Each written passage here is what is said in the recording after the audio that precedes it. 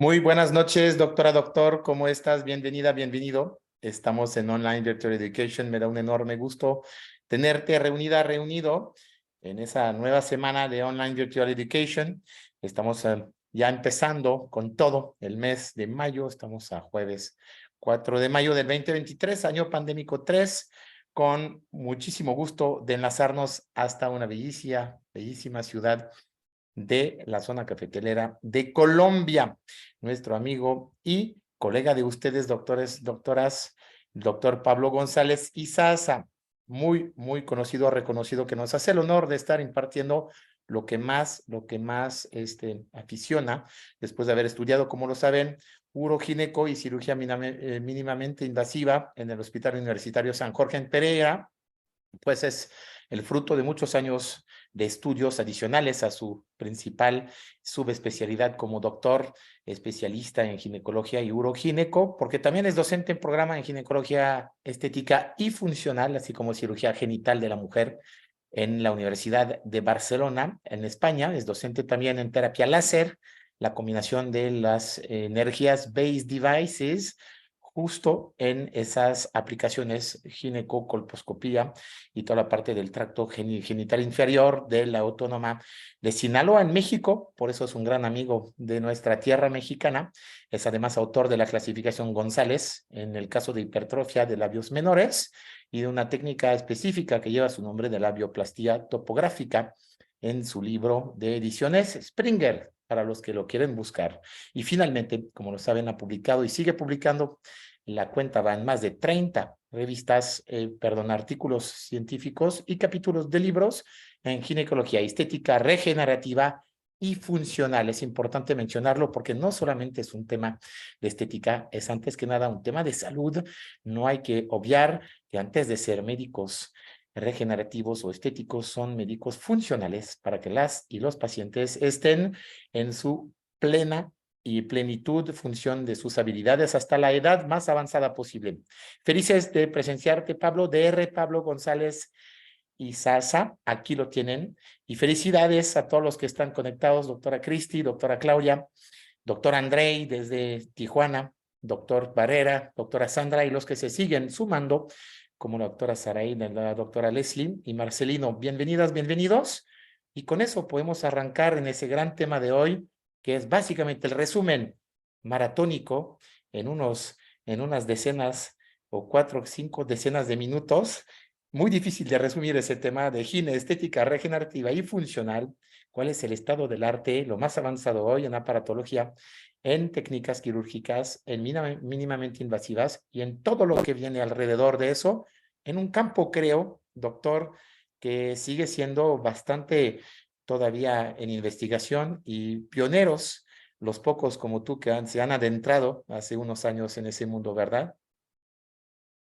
Correcto, Manuel. Buenas noches para todos y ante todo un agradecimiento inmenso por esta invitación, esta oportunidad, así sea desde la distancia, tratar de compartirles mi experiencia en estos temas de varios años y bueno, poder ponerlos en contexto de qué es lo que realmente estamos haciendo y no solamente eso, sino qué es lo que no debemos hacer, cómo seleccionar las mejores tecnologías o los mejores insumos que le brinden seguridad y efectividad a los tratamientos de nuestras pacientes.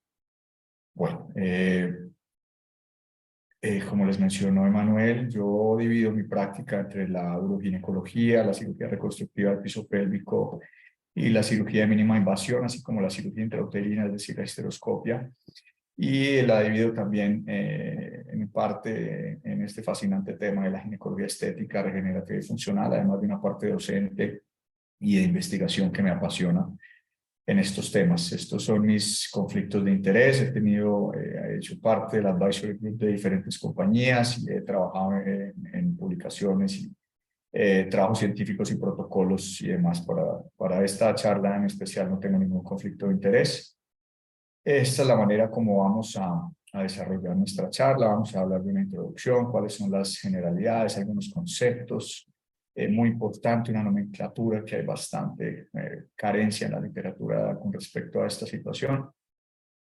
las indicaciones, las contraindicaciones, cuáles son las alternativas terapéuticas, los aspectos educativos y académicos, cuál es la posición de las sociedades científicas, posteriormente para concluir, discutir y tener un espacio de preguntas. Bueno, como ustedes lo saben, la cirugía estética vaginal pues realmente no es algo nuevo. No es algo lo que muchos creen que fue el doctor Matlock a partir de su práctica con estrellas porno en Beverly Hills, ¿no? Esto está escrito desde el siglo I antes de Cristo por Sorano de Efesio. Básicamente se identifica la primera cirugía vaginal en esa época. Luego también fue identificada la primera labioplastia que fue realizada por el médico griego Paulus de Aegina en el siglo VII a.C. Y el origen de la palabra vaginoplastia, que es tan marquetera y tan confusa muchas veces para algunos de nuestras pacientes, fue descrita por el médico de mujeres en la Escuela Salernitana de Medicina en el siglo XI por Tortula di Ruggiero. De tal manera que vemos que esto tiene pues una historia importante desde esos tiempos.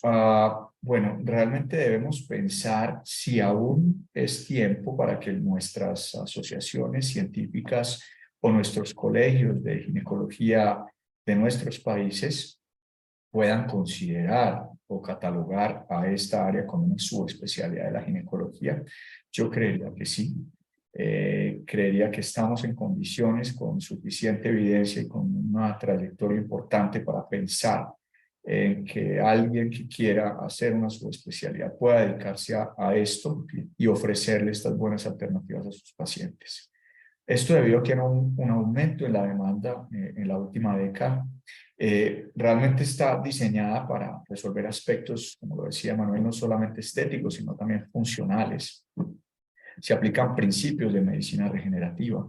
Hay que tener en cuenta que hay una línea muy estrecha entre la estética y la funcionalidad, y es aquí donde es importante individualizar las pacientes y entender muy bien sus motivos de consulta. Requiere un entrenamiento adecuado no solamente para el uso de fuentes basadas en energía, sino para todos los insumos que se van a utilizar o se pretenden utilizar en el área urogenital. Hay que entender muy bien las indicaciones que tenemos con nuestros pacientes.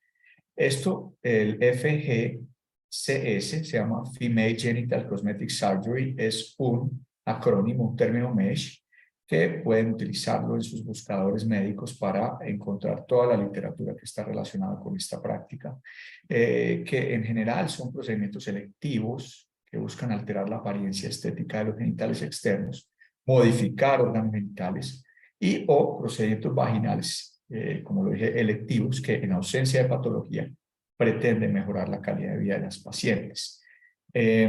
Hace 15 años, cuando empezó el boom de esto, más o menos en el 2007, no había una literatura robusta que pudiera, digamos, soportar que una paciente que, por ejemplo, se realizara una cirugía de estrechamiento vaginal para mejorar la fricción y la calidad de sus relaciones sexuales, o una mujer que estuviera incómoda con el tamaño de sus labios menores, se realizara una labioplastia y podía concluir que esto mejoraba su sexualidad y su calidad de vida. No había una literatura robusta en su momento. Hoy en día hay cientos de papers y publicaciones que nos indican que estas cirugías bien indicadas, son realizadas por manos entrenadas, pueden mejorar la sexualidad y la calidad de vida de estas pacientes.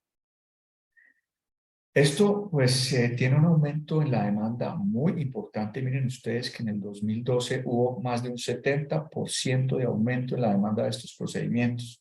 Y recuerden que no solamente se trata de un tema estético, es una cirugía plástica, reconstructiva, que puede mejorar la función de algunas áreas del cuerpo que estén anormales o que tengan alteraciones congénitas, o si bien también por una secuela de un tratamiento quirúrgico, oncológico, por accidentes o por traumas del parto u otras condiciones. De tal manera que esto ya muchas asociaciones científicas empiezan a darle un poco el valor que se merece esta área tan fascinante que estamos practicando.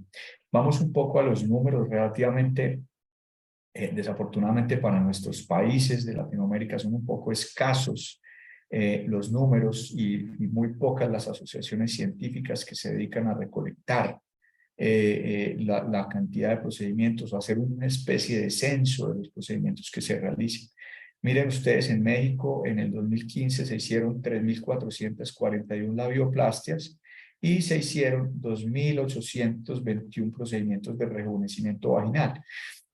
Pues aquí hay dos consideraciones. La primera es que ISAPS es una sociedad de cirujanos plásticos, de tal manera que estos procedimientos fueron realizados por cirujanos plásticos. Y lo otro es que la palabra rejuvenecimiento vaginal puede ser quirúrgico o no quirúrgico, o la combinación de aspectos quirúrgicos y no quirúrgicos, de tal manera que es una data muy poco fiable y que no nos brinda muy buena información. Miren ustedes, en Colombia el número de labioplastias fue muy parecido al que se realizó en su país, y procedimientos de rejuvenecimiento vaginal pues, sí fueron un poco menores. Claro está que Colombia pues tiene una menor población que México. Lo que les decía ahora, en el 2007 había pocos médicos que practicábamos esto. Éramos usualmente perseguidos por nuestras sociedades de ginecología y obstetricia. Desafortunadamente aún nos persiguen de alguna manera. Había muchísima presión en los medios, en los websites, en las redes sociales, en las revistas, a las mujeres para que se realizaran estos procedimientos. No se tenía muy claro, o no se tenía un punto de vista sexológico, sobre todo en estas pacientes con datos de síndrome corporal dismórfico, y no había estudios controlados. Hoy en día son procedimientos de alta demanda, hay múltiples sociedades de ginecología estética alrededor del mundo, hay muchísimas publicaciones, y yo creería que cada día hay o un webinar o un simposio o un congreso o una reunión o algún curso, algo que tenga que ver con esta área alrededor del mundo. Todos los días tiene que haber alguna actividad académica de seguro. Incluso hay ya programas de especialización, diplomados, fellowships, etcétera, etcétera, alrededor del mundo, y ofrecido por varios grupos en diferentes países. ¿Qué es lo importante de la terminología? Hay muchos artículos que critican la palabra rejuvenecimiento vaginal. Incluso recuerden ustedes que gran parte del problema del FDA con el láser, que lo vamos a hablar más tarde, fue la palabra rejuvenecimiento vaginal. Entonces, es una palabra que, si bien es la que puede atraer a nuestros pacientes, a nuestros consultorios para realizar esos procedimientos, puede también ser una palabra que puede confundir a nuestras pacientes. Ejemplo típico que siempre lo utilizamos es que una paciente va a nuestra consulta, solicita un rejuvenecimiento vaginal, y cuando la examinamos lo que necesita es una labioplastía de labios menores, y viceversa. O va por un rejuvenecimiento vaginal, y realmente lo que tiene es una cirugía que requiere más, es un aspecto funcional, como un prolapso genital, un prolapso de cúpula, etcétera, etcétera, algún daño de cualquier compartimiento del piso pélvico. Todos estos procedimientos, lifting, bleaching, pudoplastia, revirginación, todos estos temas o estos términos, digamos que son muy criticados por las sociedades científicas. Entonces, en consenso, pues la palabra grande aquí está equivocado, es FGCS, el Female Genital Cosmetic Surgery. Tratar de, si podemos publicitar como rejuvenecimiento vaginal, pero ser muy claros con nuestras pacientes qué es lo que les vamos a realizar. Si es una vaginoplastía, un reparo sitio específico de alguno de los componentes del piso pélvico, una colporrafia, una perineoplastia, un defecto paravaginal, una colpopexia, etcétera, etcétera. Cuando hablamos de labios mayores es un aumento o una reducción de labios mayores. Cuando hablamos de labios menores podemos hablar de labioplastia o ninfoplastia. En algunos países le dicen ninfoplastia, y en los americanismos se dice mayoroplastia o minoroplastia. Desde el punto de vista de la perineoplastia o reparos posteriores, la himenoplastia es un término válido, es mucho más adecuado que una revirginación, por ejemplo. Vamos a hablar de liposucción del monte de Venus, una hiperpigmentación o manejo de hiperpigmentación vulvoperineal. Cuando hablamos de varices vulvares, pues hablamos de una escleroterapia de venas varicosas vulvares. Y para evitar esta famosa palabra confusa y que criticada por muchas asociaciones científicas alrededor del mundo, la amplificación del punto G, pues utilizamos el término de inyecciones a nivel del complejo clítoris uretrovagina, ya sea con plasma rico en plaquetas o nanofat, que son las únicas, digamos, compuestos o biológicos que están autorizados y de bajo riesgo para inyectar, sobre todo en la pared vaginal anterior. La IUGA es la Sociedad Internacional de Uroginecología, es tal vez una de las más importantes que agremia a nuestra especialidad.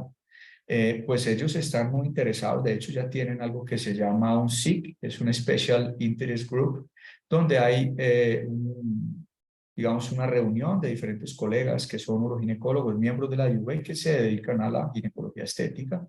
Entonces empezaron a sacar este Joint Report de terminología, donde lo que quieren es definir los dominios de esta cirugía estética genital, diferenciar entre una indicación médica y una mutilación genital. Ojo que recuerden que estamos, la Organización Mundial de la Salud, la Sociedad Canadiense de Obstetricia y Ginecología denominan a la labioplastía como un tipo de mutilación genital 2A, de tal manera que estamos en el ojo del tigre con esta situación. Ellos quieren aclarar la terminología y tener algunas consideraciones prequirúrgicas y tener muy claras las opciones terapéuticas, sugerir desenlaces que sean clínicamente medibles, es decir, objetivos. Aquí están sugiriendo usar escalas o clasificaciones y escalas de puntajes de antes y después de los procedimientos, que haya un reporte uniforme en los cambios postquirúrgicos y desarrollar además, como siempre lo ha hecho la IUGA en las complicaciones del uso de mallas para prolapso e incontinencia urinaria, pues también están pensando desarrollar una escala de eventos adversos o reintervenciones para este tipo de procedimientos. Entonces quieren estandarizar, evitar estos términos coloquiales o marqueteros que pueden generar ambigüedad y que, por otro lado, le puedan brindar una mejor información a las pacientes. Aparte de eso, desarrollar una terminología que sea clara, uniforme, descriptiva y que sea no solamente útil para las pacientes, sino para los investigadores, es decir, que todos hablemos un mismo lenguaje. Aquí tienen los términos por especialidad, los diferentes términos que ustedes pueden encontrar, los procedimientos en clítoris, por ejemplo, reducción del capuchón, clitoroplastia, que es reducir el glande o plastia del capuchón del clítoris. Procedimientos en labios menores puede ser labiaplastia o labioplastia o reducción labial, y si es con láser, que es una técnica. Hay muchas técnicas de labioplastia y el láser es una de ellas. Procedimientos en labios mayores, es una plastia de labios mayores o un lipografting de labios mayores cuando estamos haciendo un lipoinjerto autólogo. Miren ustedes en Monte de Venus, la mousse plastic, que también es un americanismo que no nos gusta mucho, pero es una plastia del Monte de Venus, o una liposucción del Monte de Venus, o una reducción del Monte de Venus, o un lift suprapúbico, o una suspensión del Monte de Venus. Con respecto a los procedimientos vaginales, pues sigue siendo la palabra vaginoplastia o colpoperineoplastia o perineoplastia o estrechamiento vaginal o tratamiento de laxitud vaginal, recalibración vaginal. Todos estos términos los están revisando para generar algunas conclusiones. Y ya cuando son tratamientos no quirúrgicos como el rejuvenecimiento vaginal con láser o con diferentes fuentes de energía. Los procedimientos en IMEN, pues la himenoplastia o la himenoplastia con láser, que es otra técnica. Y los procedimientos en la pared vaginal anterior están tratando de quitar el famoso G-spot amplification o dejar el O-shot, que son inyecciones de plasma rico en plaquetas en el complejo clítoris uretro vagina. Definir la pertinencia del uso de ácido hialurónico y otros biomateriales en la vagina, sobre todo en pared vaginal anterior, por el riesgo y complicaciones reportadas. Con respecto a los tratamientos de hiperpigmentación vulvoperineal, pues el tratamiento de blanqueamiento, aquí no lo tienen claro, que es en vaginal bleaching o blanqueamiento vaginal. La vagina no se blanquea la vulva. Entonces también están un poco desenfocados, pero bueno, al menos están tratando de generar unos términos y digamos, una consolidación de toda esta información. Y los términos no descriptivos o coloquiales que quieren quitar, pues las operaciones o cirugías íntimas, el famoso mommy makeover, que incluso hay algunos ginecólogos que hacen dermolipectomías y ese tipo de cosas, o embellecimiento genital, que son términos coloquiales que quieren quitar. Y desafortunadamente, esto para muchas pacientes es la única fuente de información, el doctor Google. Y si además del doctor Google se encuentra toda esta cantidad de términos, pues entonces nuestras pacientes van a estar muy confundidas y por eso es que debemos no solamente aprender a vendernos nuestro material publicitario, los términos con los que atraemos a nuestras pacientes, sino informarlas adecuadamente en nuestros consultorios cuando ya las tengamos allí. Nuestra asociación ha trabajado de una manera muy importante en motivos de consulta. Básicamente son 4 funcionales para molestia de uso de ropa interior, actividades deportivas, pacientes que se quejan de aumento de secreciones vulvares o dificultad en el manejo de estas secreciones por labios muy grandes, o incluso mencionan chorro de la orina. Todo esto son desviación del chorro de la orina, son aspectos funcionales. Desde el punto de vista estético, pues básicamente autoestima, inconformidad, alteración de la calidad de vida, y sexual pueden tener dispareunia de entrada, pérdida de confianza y seguridad en las relaciones sexuales, y algunas pues cambian algunas costumbres sexuales como tener relaciones con la luz apagada, evitar el sexo oral, etcétera, pero también hay indicaciones combinadas, ¿de acuerdo?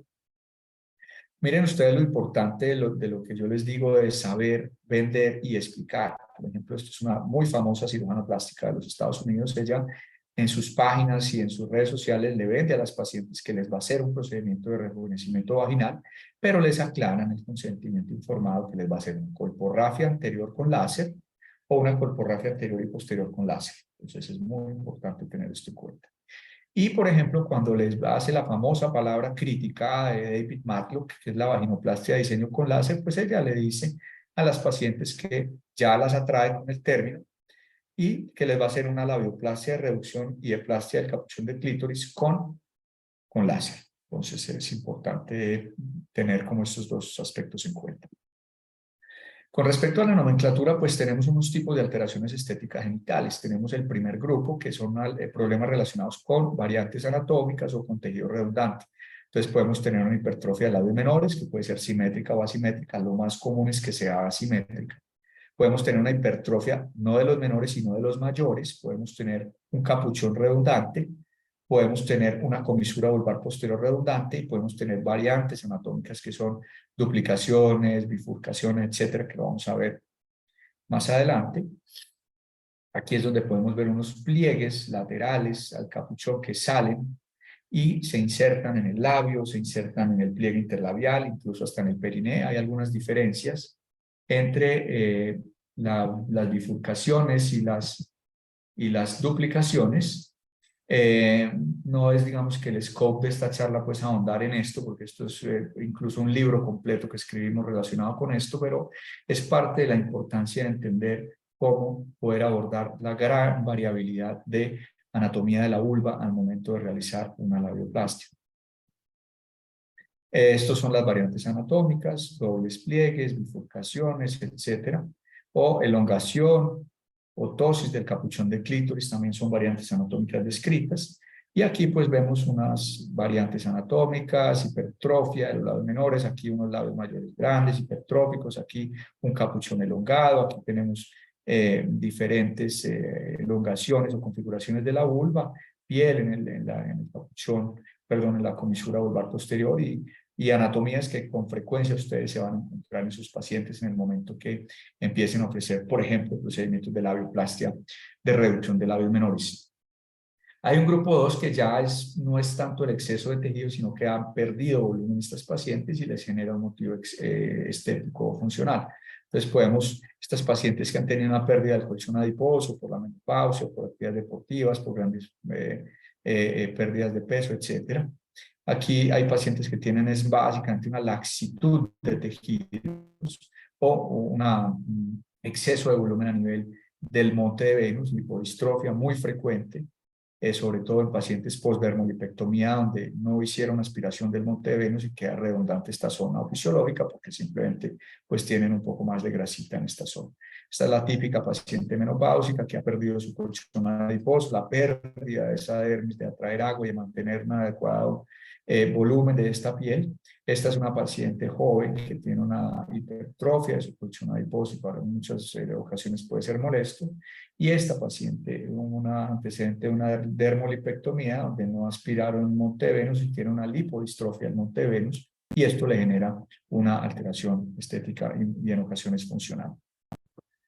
Luego hay un tercer grupo que son problemas relacionados con historia de trauma vulvar. Podemos tener amputaciones por botched labioplasties o labioplastias desastrosas. Realmente no hemos podido encontrar un término en español para las botched labioplasties, pero básicamente es mala técnica. Podemos también tener trauma vulvar accidental, que es la caída en silla de montar en la niñez. el trauma obstétrico, el uso de piercings y costumbres, y desafortunadamente todavía existe en países de la África subsahariana el uso de mutilación genital ritual.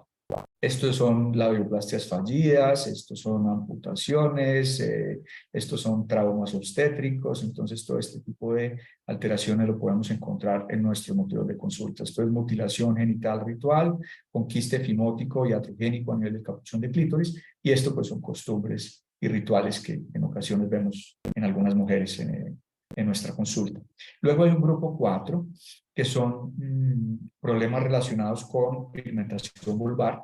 Entonces podemos tener una hiperpigmentación fisiológica simplemente por el aumento de la humedad, por la menstruación, por el embarazo, por los cambios de peso, por resistencia a la insulina, etcétera, o la posinflamatoria por el rasurado, por uso de ceras calientes, cremas irritantes, etcétera. Y la hipopigmentación puede ser también por condiciones fisiológicas o iatrogénicas, por ejemplo, con uso exagerado de láseres de depilación u otro tipo de dispositivos. Y luego hay un último grupo que son secuelas de dermatosis vulvares, que además de tener un contexto dermatológico por su clínica como tal, además tener alteraciones estéticas. Entonces aquí tenemos una típica mancha posinflamatoria por el rasurado crónico, aquí una mancha posinflamatoria por un uso de un láser inadecuado en un fototipo alto con riesgo de hiperpigmentación posinflamatoria. Esto es una bromhidrosis, que es una enfermedad de las glándulas apocrinas que genera mucha humedad y pigmentación. Y esto pues es un típico líquen atrófico, esclerotrófico, que genera, aparte de la clínica molesta, pues estas placas blanquecinas que en ocasiones pueden ser molestos estéticamente para las pacientes. Esto es un líquen plano, unilateral, que claramente, aparte del prurito, la reacción eczematosa de la piel y la molestia, pues les va a generar una consulta estética desde este punto de vista. Y bueno, ahí tenemos problemas relacionados con la integridad del piso pélvico, que es el famoso loose vagina o síndrome de relajación vaginal o hiperlaxitud vaginal, que es un motivo frecuente de consulta. Tenemos las laceraciones perineales del parto o cualquier defecto del piso pélvico. También las cicatrices de episiotomía, que pueden estar con retracción y fibrosis. Aquí algunos ejemplos. Esto es una hiperlaxitud vaginal, una hiperdistensibilidad del elevador del ano, una laceración perineal. Esto es un megalapso con un enterocele, un prolapso de la cúpula vaginal con enterocele, que es un componente apical del piso pélvico, y esto es una cicatriz fibrótica y retraída de la episiotomía. Y cualquiera de estas situaciones, lógicamente, aparte funcional, puede generar una molestia estética en estas pacientes. Y finalmente, grupo 6, que son problemas relacionados con situaciones mixtas o misceláneas, como quemaduras, enfermedades infecciosas, halogenosis iatrogénica, lesiones dermatológicas benignas y lesiones quísticas vulvovaginales. Aquí tenemos una quemadura de la niñez que le genera molestia estética en su sexualidad. Aquí tenemos la típica condilomatosis por infección del virus del papiloma humano. Esto es una halogenosis iatrogénica por inyección de sustancias derivadas de silicona y del petróleo, como los biopolímeros o los metacrilatos, que desafortunadamente en nuestros países latinoamericanos todavía lo estamos viendo, y esto ya hoy en día se considera un síndrome y una enfermedad de un tratamiento muy difícil. Estos son lesiones dermatológicas benignas, un quiste vulvar, un quiste vaginal, que pueden generar molestias estéticas también para esas pacientes. Como lo mencionaban en el principio, pues dada la gran variabilidad de abordajes y esto, pues decidimos empezar a tratar de entender que los labios menores tienen muchísimos componentes desde el contexto de su hipertrofia. La hipertrofia de los labios menores se compone por los labios propiamente dichos, el capuchón del clítoris y las variantes anatómicas, que es todos estos excesos de piel en la comisura vulvar anterior, en la comisura vulvar posterior. Entonces, pues creamos esta clasificación que es muy útil. La pueden buscar y leerla con calma después, y puede ser de bastante practicidad y utilidad para sus consultas. En términos generales, pues, ¿qué hacemos en ginecología estética? Pues en términos de cirugía general, podemos reducir, podemos hacer plicaturas, podemos aumentar áreas, podemos amplificar, podemos despigmentar. Los abordajes, pues básicamente pueden ser quirúrgicos con tijera, bisturí, electrosuturas, o puede ser incluso reemplazado por fuentes basadas en energía, como el láser, la punta colorada, la cirugía de alta frecuencia, etc. Pues se pueden hacer lipectomías o resecciones de tejido, liposucción, la inyección de biomateriales. Ojo que los fillers no están aprobados para el manejo de la disfunción sexual por la FDA, ni los biomateriales, ni el famoso inyección de O-Shot. Si bien sabemos que clínicamente los estudios lo demuestran, pues la FDA no se ha pronunciado al respecto de esto. Podemos inyectar plasma rico en plaquetas y hacer tratamientos de proliferación celular, por ejemplo, para fístulas vesicovaginales, rectovaginales, etcétera. Es decir, utilizar líquido o derivados amnióticos, membranas amnióticas, como diferentes alternativas también para no solamente temas estéticos, sino funcionales. Recordemos esta palabra que probablemente ya la conozcan, es una serie, la bioestimulación es una serie de procedimientos que activan biológicamente la función del fibroblasto y aumenta básicamente la producción de colágeno, elastina, ácido hialurónico a partir de sus precursores. ¿Cómo se puede producir la bioestimulación? Pues básicamente de muchas maneras, con productos o con dispositivos médicos. Tenemos que entender si todas estas nuevas alternativas que nos están ofreciendo, como factores de crecimiento, exosomas, derivados placentarios o el líquido amniótico, factores de crecimiento, todas estas tipos de alternativas son productos cosméticos o dispositivos médicos. Eso depende mucho también de la legislación de cada uno de nuestros países. También hay un boom muy grande de todo este tipo de jabones, el Sindet, espumas, brumas, mascarillas para la vulva, incluso ya hay spas vulvovaginales, ozono, incluso lo ofrecen en el ámbito prematrimonial, etcétera, etcétera, de tal manera que pues la vulva y la vagina ahora son un gran campo atractivo para la industria, para la migración de todas las alternativas que tradicionalmente se usaban en medicina estética y cirugía plástica. Hay muchas alternativas que incluso se pueden usar para después de los tratamientos ablativos con láser, o tratamientos con radiofrecuencia, o tratamientos que pueden ayudar a la recuperación de los tejidos, como mascarillas, brumas refrescantes, etcétera, etcétera.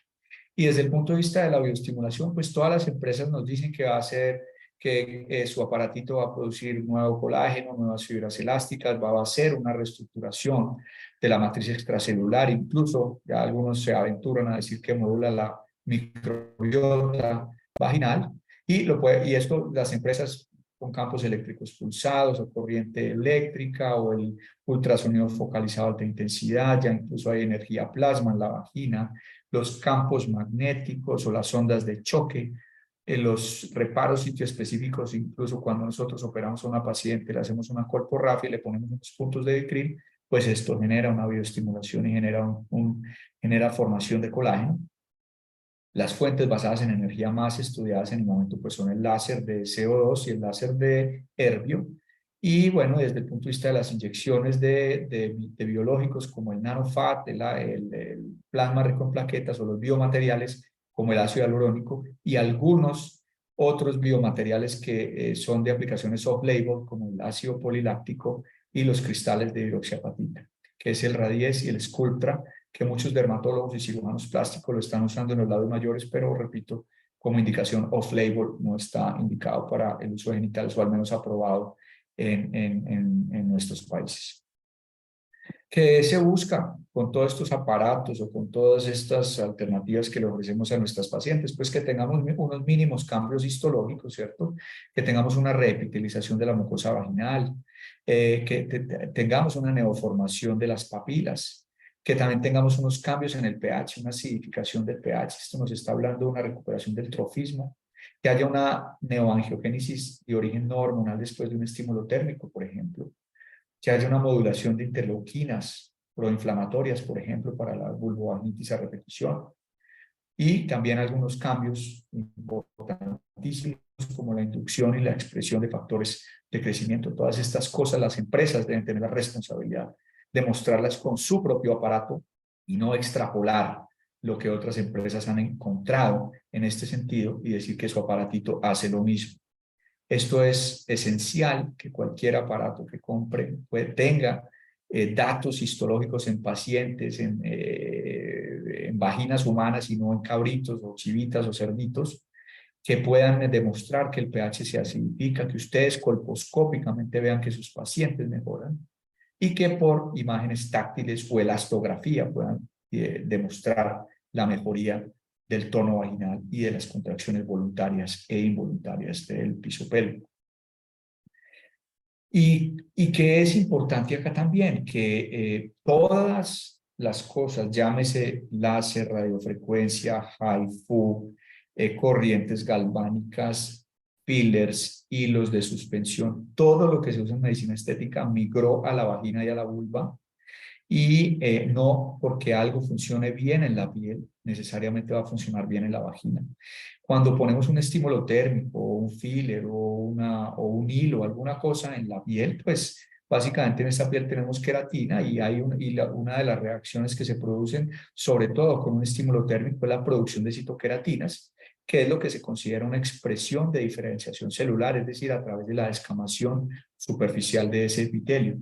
A diferencia de la mucosa vaginal, que se considera un mecanismo de diferenciación celular especializado porque después de un estímulo térmico, lo que hay es una producción de mucinas ácidas, es decir, glicógeno que va migrando desde las capas basales o parabasales hacia la superficie para ser captado por el lactobacilo y producir peróxido de hidrógeno, posteriormente a acidificar el pH. Entonces, esto se considera un mecanismo de diferenciación celular especializado. De manera que debemos ser muy cautos con todo lo que está migrando de la medicina estética a los genitales. Unas palabras cortas con respecto a las plataformas.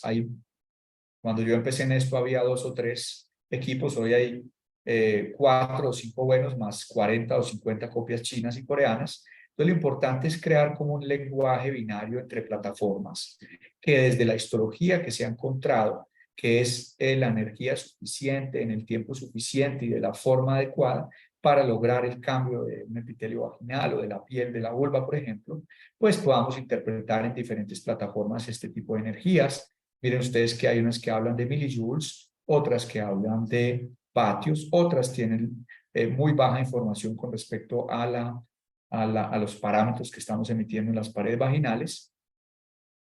¿Cuál es el abordaje? Pues básicamente hacer una adecuada historia clínica, evaluar antecedentes, contraindicaciones, identificar si tenemos, es más un tema de falta de tono, de laxitud, o tenemos más un tema de trofismo por una condición hormonal o por una condición hipoestrogénica, o si tenemos una distopía del piso pélvico, o si tenemos una incontinencia urinaria mixta de urgencia o de esfuerzo, o si tenemos variantes anatómicas en la vagina, en la vulva, en el piso pélvico, si esta paciente tiene traumas o cirugías previas. Ya con toda esta adecuada evaluación juiciosa y certera, pues podemos pensar cuál es la indicación de nuestra paciente, si es una indicación estética o funcional o sexual, o si tiene una indicación combinada. Hablemos un poco de los hilos. Los hilos, pues básicamente se han utilizado en medicina estética de diferentes materiales. Hay algunas empresas que ya se han dedicado a estudiar diferentes materiales con el fin de demostrar histológicamente que, por ejemplo, este material que es la policaprolactona disminuye el tiempo de degradación del hilo, aumenta el efecto tensor y esto le da más fuerza. Y se ha demostrado, por ejemplo, que el ácido poliláctico en el proceso de degradación, es decir, mientras este hilo se está absorbiendo, va perdiendo sus propiedades mecánicas, va produciendo colágeno, elastina y formación de vasos sanguíneos, y esto está demostrado histológicamente. Y, por ejemplo, cuando le adicionan algunos otros materiales, pues los hacen más resistentes a la fricción, a los mecanismos y pues tienen unos mecanismos de degradación que son un poco más complejos, y hay algunos que incluso pues se ha demostrado histológicamente que pueden tener una durabilidad de hasta 2 años. Estos hilos específicamente los han utilizado en la vagina para mejorar la laxitud vaginal. que han buscado con los hilos pues acelerar la revitalización de los tejidos. Estos nuevos materiales que se han investigado pues reducen la severidad de la respuesta inflamatoria. Pueden ser utilizados en procesos atróficos, incluso el síndrome genitourinario o condiciones hipoestrogénicas, para mejorar el trofismo. Se ha demostrado que mejoran la hidratación y además tienen unas propiedades mecánicas de soporte del piso pélvico. Desde el punto de vista de las fuentes basadas en energía, regresando a esto, pues las más estudiadas son el láser fraccionado, el láser de Erbium. Hoy en día hay incluso plataformas híbridas donde combinan longitudes de onda ablativas y longitudes de onda no ablativas. No se confundan con la radiofrecuencia, que básicamente hay radiofrecuencias monopolares o multipolares, eso depende de la cantidad de los electrodos que tengan, pueden ser hasta octapolares, etcétera. También hay radiofrecuencia fraccionada con agujas, hay radiofrecuencia subdérmica con agujas e incluso intracavitaria, que es el famoso Accutite o el procedimiento de Aviva de algunas compañías que se hace para la mejoría de la laxitud de las labios mayores. Hoy en día también hay una tendencia de bioestimulación combinada, es decir, utilizar diferentes fuentes basadas en energía, combinar, por ejemplo, un láser con una radiofrecuencia o una plataforma híbrida, o por qué no usar un láser o una radiofrecuencia y poner ácido hialurónico también, o combinarlo con electromagnetismo del piso pélvico o con estimulación eléctrica vaginal, por ejemplo, que es el IMS.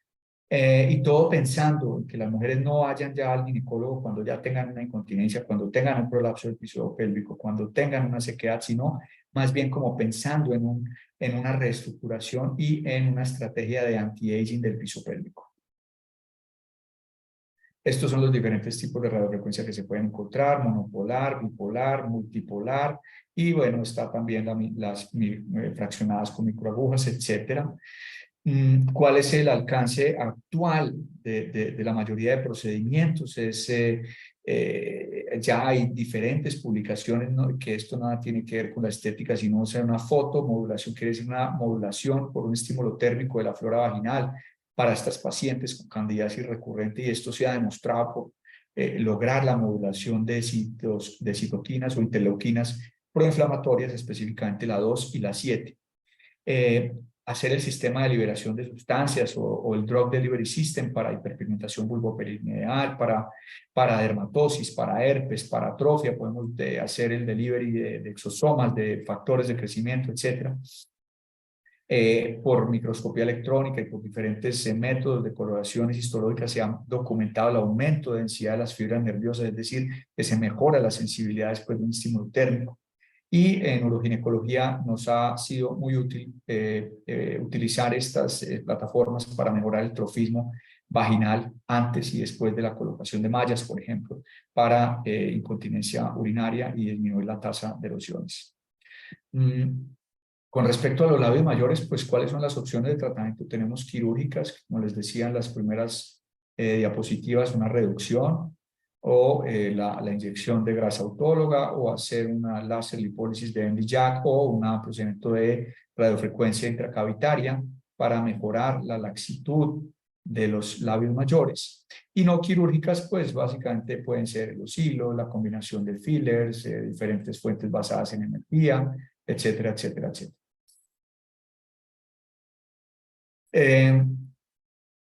Es importantísimo que hagan siempre una historia clínica médica, sexual y ginecológica. No es infrecuente el síndrome dismórfico corporal. No es que no podamos operar a una paciente que tenga datos de síndrome dismórfico corporal, pero siempre debemos descartarlo y sobre todo compartir la responsabilidad con un sexólogo donde tengamos datos de síndrome dismórfico corporal, porque estas pacientes pueden darnos un dolor de cabeza. Hay escalas muy especializadas como la Genital Appearance Scale y la COPS-L, que nos pueden, con unos puntajes, darnos unos datos de pacientes que tienen riesgo o que tienen digamos, que cumplen criterios para un síndrome corporal dismórfico. Importantísimo un consentimiento informado. Estas encuestas que les digo, que evalúan las condiciones, quejas, problemas, relacionados con la ginecología estética, nos indican la imagen personal de cada paciente, nos dan una idea de cuáles son las razones para que una paciente quiera realizarse una cirugía de estas, nos detecta el estado de la función sexual previa, es decir, una paciente anorgásmica, no vamos a generarle orgasmos con una labioplastia o con una inyección de plasma rico en plaquetas en la pared vaginal anterior. Esos pacientes deberían tener una valoración sexológica antes de cualquier intervención. Estas escalas nos dan un resultado del efecto del procedimiento en la satisfacción sexual, no solamente de la paciente, sino de la pareja también. Evalúa cuál es la percepción previa y posterior a un procedimiento. Entonces, siempre acostúmbrense a usar este tipo de escalas que nos dan además una valoración de la satisfacción del procedimiento. Bueno, no sé si en la audiencia hay cirujanos plásticos o especialidades diferentes a la ginecología. No quiero, pues, digamos, herir susceptibilidades, pero pues esto no lo digo yo. Esto lo dicen revistas especializadas, donde pues comentan que básicamente los ginecólogos y obstetras somos la especialidad que tenemos mayor conocimiento de la anatomía y la fisiología femenina. Somos expertos en brindar consejería a las mujeres acerca de su cuerpo, su función sexual, y podemos ofrecer las opciones más adecuadas. No queriendo decir que un urólogo, un cirujano plástico o un cirujano general con formación quirúrgica y entrenamiento en esta área no lo pueda realizar, pero lo ideal sería que lo hagamos los ginecólogos. Miren esto, un dermatólogo ordenando sesiones de un láser fraccionado para tratar una hipertrofia de labios menores. Esto pues es un abordaje totalmente erróneo. Las sociedades científicas pues básicamente nos dicen que esto es algo que está relacionado con el empoderamiento femenino, porque pues le ayuda alguna labioplastia, una vaginoplastia, algún tratamiento bien hecho, bien indicado, hecho en manos expertas, le ayuda a estas mujeres a que se sientan mejor, a que realmente puedan mejorar su calidad de vida y sobre todo pues digamos que pudieran de pronto dejar el tabú o lo que les está impidiendo vivir una sexualidad plena por alguna situación estética o funcional a nivel de sus genitales. ¿Qué ha sido lo bueno de esto? Es que hablando específicamente de las labioplastias, que es el procedimiento más realizado de cirugía estética genital, pues hay un aumento importantísimo, hasta de 5 veces en los últimos 10 años en el Reino Unido. Hay diferentes técnicas, hay buenos resultados, baja tasa de complicaciones, usamos cuestionarios válidos y ya podemos demostrar que mejora la satisfacción sexual en una labioplastia bien indicada y bien hecha.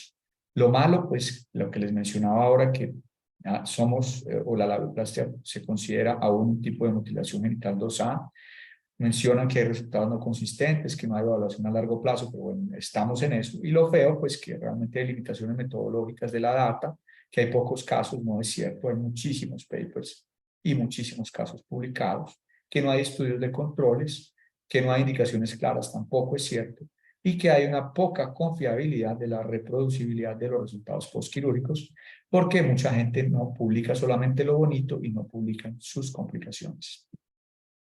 Yo creo que en este tema de la ginecología estética debemos ser muy serios y honestos, publicar en nuestras redes sociales el material publicitario del láser o el equipo que usen, así como el soporte científico que tengan. Yo uso una máquina X y con frecuencia me encuentro en las redes sociales de colegas que utilizan la histología de la máquina que yo uso, que se ha gastado millones de dólares en investigación científica, lo usan como que su maquinita china o coreana hace lo mismo. Esto no es ético, esto no es serio.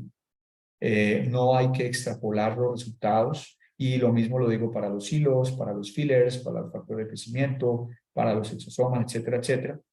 Debemos respetar a nuestras pacientes y sobre todo saber cuándo nos sentamos en nuestro escritorio a decir una empresa que pretende vendernos un equipo que es barato, que no tiene soporte científico. Importantísimo verificar en ustedes, creo que se llama COFEPRIS, su sociedad, su organización que verifica los permisos y regulaciones para el uso de equipos o biomateriales o dispositivos. Deben verificar cualquier cosa que vaya a usar que tenga hasta adecuado permiso para uso en genitales. No que esté aprobado para usarlo en la cara y entonces lo vamos a usar en los genitales. ¿Y por qué hay tantas sociedades de ginecología estética? Porque desafortunadamente nuestras sociedades grandes por muchos años nos han hecho a un lado, nos han criticado, nos han atacado y probablemente necesito unas 5 diapositivas más para poner más logos de diferentes asociaciones científicas que van apareciendo a diario. Es por esto, realmente, porque todavía hay una resistencia muy grande y una resistencia que está básicamente explicada por la presión de la industria. No es una mentira que le quitamos plata a la industria porque una paciente deja de gastarse $100 en estrógenos y porque se ha hecho unas sesiones de láser y le ha mejorado su calidad de vida, entonces ya no ve la necesidad de utilizar los estrógenos, o porque le hemos puesto una terapia regenerativa con plasma rico en plaquetas o con exosomas o con diferentes biomateriales y ha dejado la necesidad de usar el estrógeno que le formula el ginecólogo tradicional. Entonces hay una presión muy grande de la industria y yo creería que esto es parte del rechazo y de por qué nos han hecho a un lado estas asociaciones científicas. Hay que entrenarse, hay que capacitarse. Les doy un ejemplo: en Australia, en Nueva Zelanda, si alguien compra un láser, no es que pueda salir a utilizarlo inmediatamente, sino que tiene que ir a estudiar física, tiene que ir a un chicken lab, tiene que saber de bioseguridad y tiene que estudiar un mes para poder tener un diploma y que le puedan entregar su láser y poder empezar a trabajar.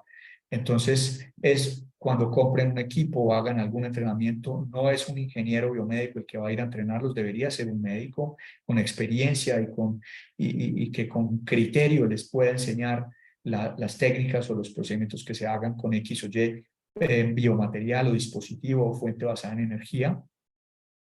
Y desafortunadamente los que escriben, los que critican, los que hablan mal de todo esto de la ginecología estética, pues básicamente son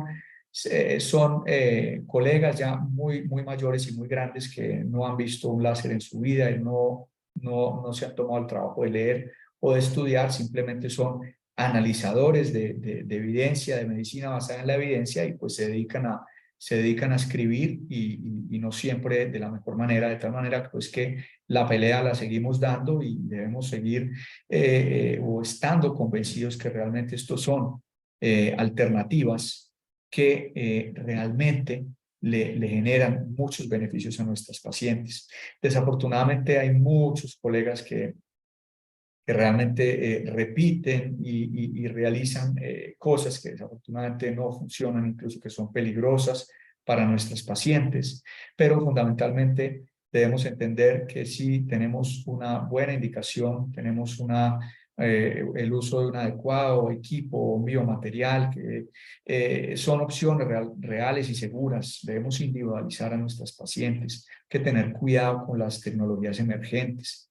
Y que estas tecnologías no sean adaptaciones simplemente de plataformas dermatológicas o de uso dermatológico, que tengan soporte científico. Entrenémonos, no solo para manejar las cosas, sino para manejar las complicaciones. Con frecuencia me llaman colegas que hicieron un curso en un hotel de un día de inyección de ácido hialurónico y hay úlceras, hay abscesos, hay granulomas y no tienen ni idea cómo manejarlos. Debemos estandarizar la terminología, crear guías clínicas, apoyarnos entre nosotros, entre nuestras sociedades científicas de ginecología estética, regenerativa y funcional. Yo agradezco mucho a Emanuel y al equipo de Obernia por esta invitación a esta charla. Espero haya sido clara, informativa, pertinente, y quedo entonces abierto para cualquier pregunta que quieran hacerme, y si no antes, invitarlos a nuestro 9º Simposio Latinoamericano de Ginecología Estética que realizaremos en Pereira, Colombia, con importantísimos conferencistas nacionales e internacionales que son referentes en todos estos temas y sobre todo con una información actualizada. Muchas gracias. Muchísimas gracias, doctor Pablo. La verdad, qué elocuencia y qué recorrido desde la terminología hasta los alcances de algo que solamente creo, como se dice, solo es el comienzo, ¿verdad, Pablo? Solo es el comienzo, porque 15 años a la escala de la humanidad y de la historia de la medicina, desde los antiguos griegos, es algo bastante corto. Así que todo está por escribir, y qué bueno que le diste forma y en tu extraordinaria oratoria orden, para no hacerlo de forma ni antiética y desordenada y sobre todo orientada a realmente el resultado y satisfacción de pacientes. Agradecemos a todos los médicos conectados. Nos pregunta la doctora Fabiola, que además de felicitarte, dice, ¿qué tal las hormonas bioidénticas en justamente la parte vulva vaginal, tanto en climaterio como en el síndrome genitourinario, manejado con estriol, más DHEA y testosterona? ¿Tú incluyes ese tipo de terapias combinadas en tus protocolos? Sí, yo uso hormonas bioidénticas hace muchísimos años. Desafortunadamente es otro de los aspectos que está siendo perseguido por la industria de una forma muy importante. Por ejemplo, en nuestro país, en este momento no tenemos disponibilidad de pellets, por ejemplo, de testosterona, solamente tenemos algunas opciones de fórmulas magistrales transdérmicas. Pero bueno, es precisamente por una persecución de la industria farmacéutica apoyado por sociedades científicas de menopausia, etcétera.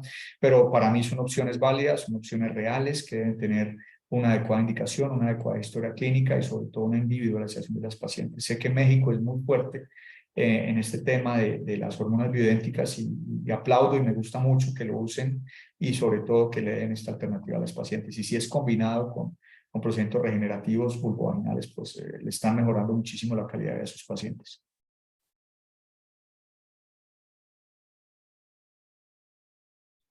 Pablo, la verdad, Sí, muchísimas gracias por aclararlo y eso es un poquito el tema de la segunda pregunta. Nos dice felicidades al doctor Barrera, la doctora Gómez y muchísimos otros están felicitándonos tanto aquí en el chat como por WhatsApp. Les agradecemos muchísimo. Si podemos regresar al Congreso, por favor, que tienes pronto, porque me preguntaron si era solamente presencial o también en línea. Entonces lo volvemos a proyectar, por favor, si puedes mostrarnos eso. Y mientras te hago una pregunta adicional, aprovechando tu estancia aquí, eh, hablando de medicina regenerativa, estamos hablando cada día más de la Silver Economy, ¿no? Esa famosa quinta edad de los, sobre todo en países ricos, en Japón, en Estados Unidos, esa capacidad que tienen pacientes centenarios a seguir siendo funcionales. Em, sí. en la parte genitourinaria, en esa parte de la población, ¿qué tenemos que ofrecerles y qué recomiendas? Porque empieza a haber un turismo médico en México y en otras partes de Latinoamérica de esos mismos pacientes que viajan hasta Medellín, Colombia, para la parte estética y empiezan a viajar para la parte higiene funcional y regenerativa. ¿Tú cómo abordas esa Silver Economy, la quinta edad, entre 80 y 100 años, en tu práctica geriátrica, digamos, genitourinaria? Bueno, pues mira, es un grupo poblacional muy interesante porque son personas que han llegado a una condición física admirable, a ser autónomos, a tratar de vivir su vida lo más, digamos, feliz posible y da la casualidad que muchas de estas pacientes pues tienen mucho más pronunciados sus alteraciones en el piso pélvico, específicamente las condiciones hipoestrogénicas, ¿no es cierto? Hablando específicamente de las mujeres, incluso hay algunas que incluso físicamente tienen la capacidad de mantener una actividad sexual, pero muchas veces se ven limitadas por la sequedad, por la estrechez, por la desinformación, por el miedo a usar las terapias tradicionales y por sobre todo el desconocimiento de todas estas buenas alternativas que podemos ofrecerles a este grupo poblacional, de tal manera que yo sí creo que es un grupo interesante con el que podemos trabajar.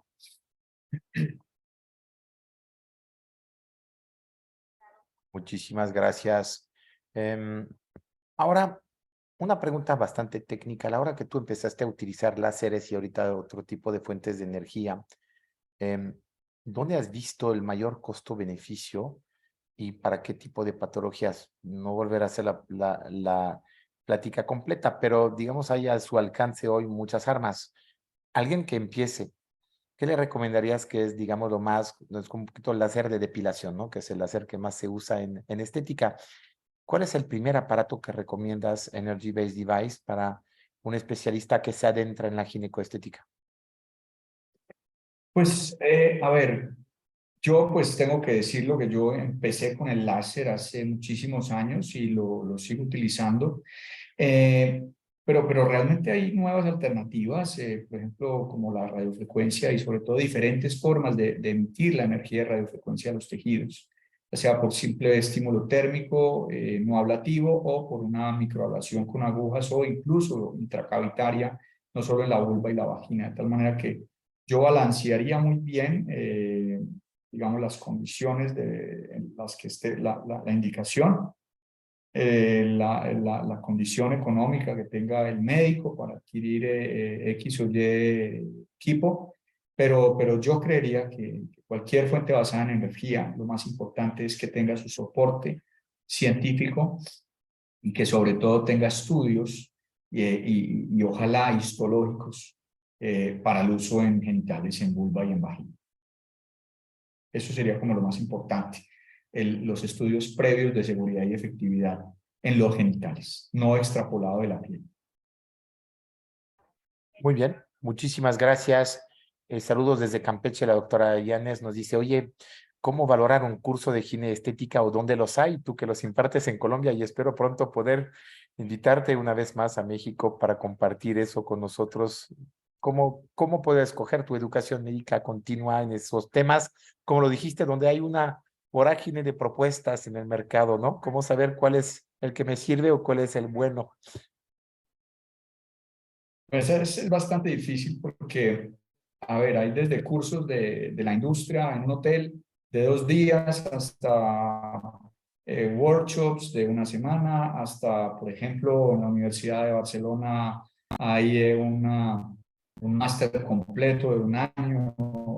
También en México, como lo mencionaba, hay el doctor Solís tiene algunos diplomados también y el doctor Guzmán en Guadalajara también. Y bueno, hay diferentes alternativas. Yo pensaría que lo importante es la experiencia docente, la calidad académica que se ofrezca y sobre todo, muy importante que tenga un aval universitario, ¿no es cierto? Porque esto es importante para los contenidos académicos y las acreditaciones y demás. De tal manera que por ahora no hay un estándar de formación que diga que hay que hacer un curso de alta especialidad, como le dicen ustedes, por ejemplo, de laparoscopia para poder hacer una laparoscopia. No creería que en ginecología estética vamos a llegar a este nivel, por lo menos en el corto plazo. Pero sí, yo pensaría que la calidad docente, los temas, la actualidad, el separar muy bien los conflictos de interés que se tengan con la industria o con las empresas que producen los dispositivos o los biomateriales, y de esa manera pues tener un balance muy ético y docente para que los nuevos colegas y doctores que están iniciando en estas aguas pues puedan tener una formación adecuada. Es como lo que pienso y lo que apoyan nuestras asociaciones.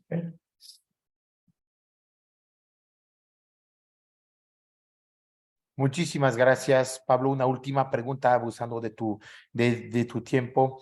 Nos hace una Tranquilo. pregunta justamente de Cum Laude Lab, la marca que conoces muy bien desde España. Nos dicen que todavía no se ha lanzado en Colombia, pero quizás por tu experiencia en Barcelona la recuerdas en su uso, sobre todo los Gineceda óvulos como hidratantes y humectantes vaginales o el equivalente. ¿Lo usas antes o después del láser vaginal, por ejemplo? Felicitándote el doctor Gabriel Hernández por tu plática. Yo creo, Emanuel, que es fundamental mezclar algún aftercare de algún tratamiento térmico, algún tratamiento ablativo, algún tratamiento fraccionado, no solamente para acelerar y potencializar los efectos de la fuente de energía, sino para que el paciente sienta que hay un after, que estamos brindándole un apoyo que le reduzca su tiempo de recuperación, incluso le minimice la posibilidad de tener una inflamación más importante. Entonces, esto yo creo que en la práctica de dispositivos basados en energía es fundamental un aftercare. Y yo le digo a mis pacientes de la edad que tengan, si ustedes hacen una rutina de skincare facial, acuérdense que hay que hacer una rutina de vulva, específicamente de hidratantes, acordémonos que la vulva también tiene piel y si hacemos un skincare facial, pues ¿por qué no hacer un skincare vulvar y educarlas muy bien? Por ejemplo, usarlo después de una depilación láser o después de rasurado con la cuchilla, ponerse alguna cosa, o después de una cera caliente o después de una crema irritante, dar un aftercare. Entonces yo creo que en este sentido estas estos laboratorios han pensado muy bien y yo creo que le están brindando un apoyo no solamente al médico, sino al paciente con estas nuevas alternativas que son tan interesantes.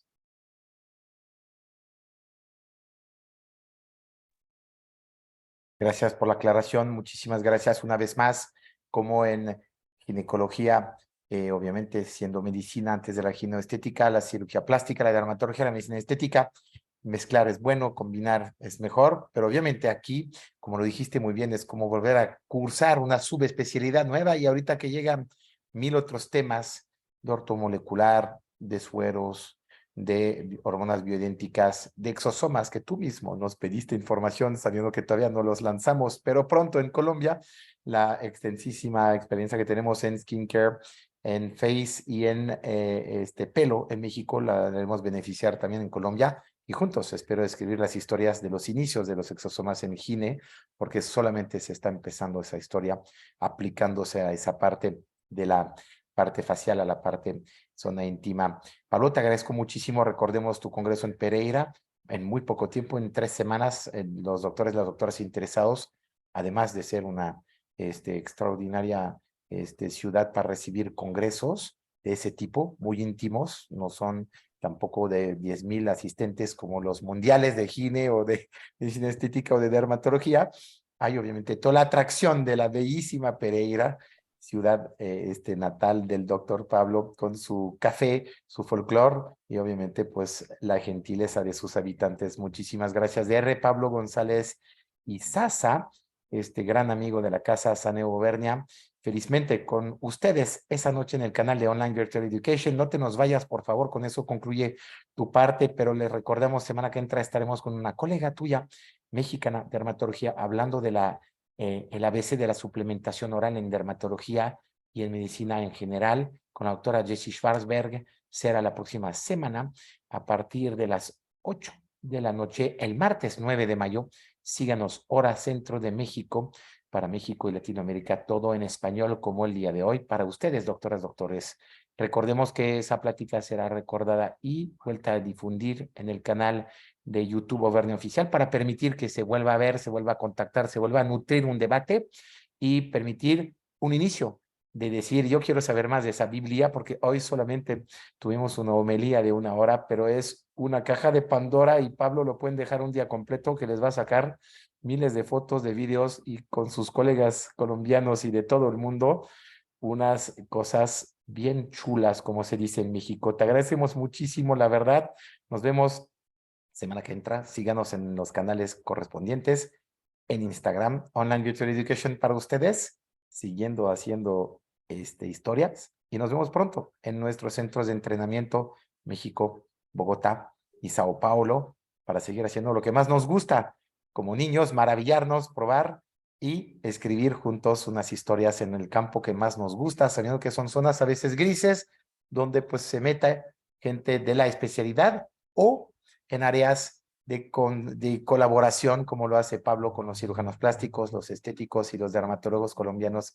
Así que muchísimas gracias, Pablo. Una frase de conclusión en ese Intimate Care Made in Colombia.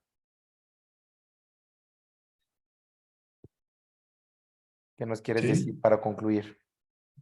Bueno, que la ginecología estética, regenerativa y funcional llegó para quedarse y mejora la calidad de vida de nuestros pacientes. Esto es indudable. Muy bien, pues creo que ahí está. La demanda está. Un mercadólogo diría si hay necesidad hay que satisfacerla, pero satisfacerla bien, sin engañarnos, sin engañarlos o las. Y no solamente es de mujeres, como el doctor Pablo lo sabe, también es de hombres. Hay toda una parte de uroestética en el hombre. Otro capítulo, seguramente otro webinar. Aquí los dejamos descansar. Ya es muy tarde en Colombia. Gracias a todas y a todos. Felicidades una vez más. Gracias por tu participación. Gracias, Carlos. Gracias a los controles técnicos y a todos los que hacen ese programa de Online Virtual Education. Auvernia Saneo para ti, doctora, doctor. Muy buenas noches, que descansen y nos vemos pronto. Buenas Gracias, noches. Emanuel, y a todo el equipo. Bye bye. Buena A noche. ti. Adiós. Gracias, Pablo. Excelente noche. Chao. Bye bye.